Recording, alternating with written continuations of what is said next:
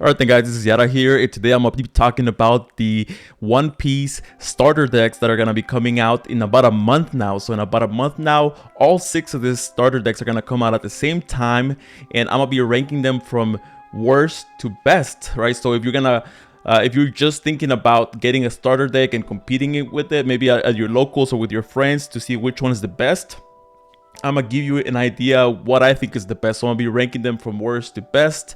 Now keep in mind that just because the starter deck may not be good by itself doesn't mean that it won't be good if you added more cards onto it. But now I'm just doing it purely the starter deck. Like if you were to buy two of these and just make a deck with those cards, which of these decks would be the best one, right? Without adding any extra cards that are not part of the starter deck. So yeah, I think if any new players are coming into the game, this is a perfect chance to grab one of these.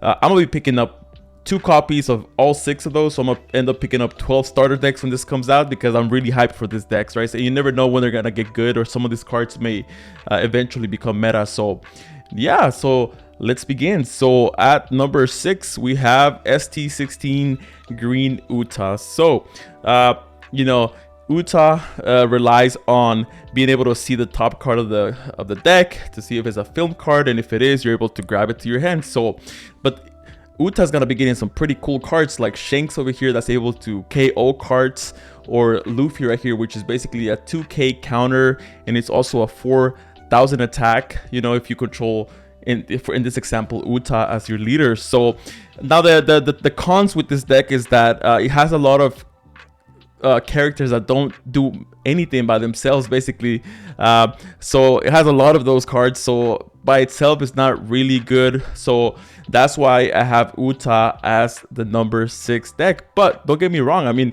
it still has, like I said, some pretty cool characters like Shanks, Luffy, and some other ones as well. So like I said, I'm gonna buy every single starter deck twice, so I don't want anybody to get insulted, please. So, but I do think this is the worst one out of the 6. That's why it's number 6. So now we're gonna go to the number 5 spot, and it's ST15 Red Edward Newgate. So Whitebeard over here is gonna be getting some pretty cool tools, right? Like we have Ace right here, which is able to protect itself by lowering the attack. It also has this cool new Marco card, which, if you're building like a Marco leader, you're gonna need this card. But even in this deck, it's pretty cool because this Marco was able to play itself from the trash pile, which is kind of like a newish mechanic, and it's also a blocker as well. So and we all know that red decks can be pretty aggro. So if you're a fan of aggro decks, and if you're a fan of like cool characters like Whitebeard, Ace, Marco, such cool characters, then you're gonna want to pick these guys up because eventually you're gonna be able to build a deck with these cards. But even by itself, I think it's decent. Of course, at the number 5 spot, I don't think it's the best, but I do think it's very cool, right? Just having those cards, being able to hold them, play them, feels pretty cool. So that's why I have ST15 Red Edward Newgate starter deck as number 5. So now let's go to number 4. So at number 4 we have ST19 Black Smoker. So I'm a little bit biased. I'm a big fan of the black decks, right? I like their playstyle, but this one is going to be very good. It's going to be getting the Tashigi over here, which is an amazing card that's able to lower the cost, plus is able to destroy a monster, right? So it does 2 things for the deck, which is amazing. It's also a navy, and Tashigi and Smoker, they have to remain together, right? They're also getting this cool card over here that's able to draw you 3 cards and you trash 2, which trashing in black decks, it's pretty good, right? Because you kind of want stuff to be in the trash pile so you can eventually get to it again, right? Grabbing it back with stuff like Gekomura and Rebecca. Sure, those cards are not in this deck, but just giving you an idea. But I think the synergy with these cards are amazing.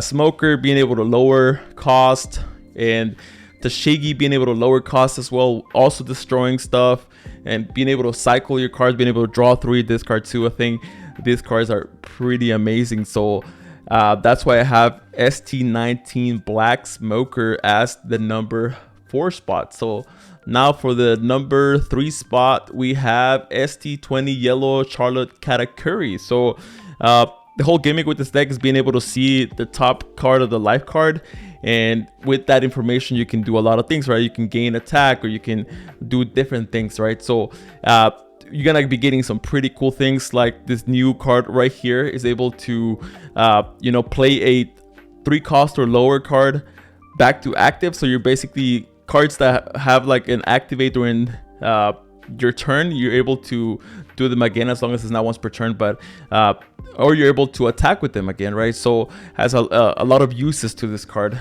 So this one as well is able to put a Dawn card under one of your leaders. So very, very cool card. So the art styles are amazing. They're absolutely amazing. So you know, yellow decks are traditionally very control like, and I think this kind of sticks to that theme of being control-y. And if you're a fan of control decks, then I think this deck will do you wonders. So that's why I have this as number 3. So you might be wondering what is on the number 2 spot. Well, we have ST18 Purple Monkey D. Luffy. So Luffy, being the protagonist of One Piece, makes its appearance, and everybody loves Luffy, right? Nobody gets bored of him. We have a new Zoro card over here. It's a new Zoro card that's a searcher, so it gives you that much consistency. If you don't know, the whole gimmick with purple decks is that they're like a late game sort of style, play style. It's a late game thing. You try to ramp up your Dawn as quickly as possible and not die before you get to that late game stage, right? So these cards are gonna help you get to that late game stage. This one is gonna search you what you need, right? Plus the Sanji over here is able to draw you cards, which means that you're gonna be able to draw it into your counters. And the art styles are amazing. I love the One Piece art styles. So but yeah, this purple starter deck is very, very good in my opinion. Just out of the box, right? Just grab 2 copies of this starter deck, just put 4 of the cards that you really need on it, and then it's gonna do you wonders, right? So you're not gonna be wrong going with ST18 Purple Monkey D. Luffy. So that's why I have this deck as the number 2 spot. So you might be wondering what deck could possibly be better than this deck out of the box, and it's none other than ST17 Blue Don Quixote Don Flamingo. So yeah, this guy is a powerhouse, right? If you don't know what the leader does, Don Quixote himself over here, he if you have 2 Dawn under him and you attack, you can go ahead and you can look at the top card of your deck, and if it's a 4 or lower, I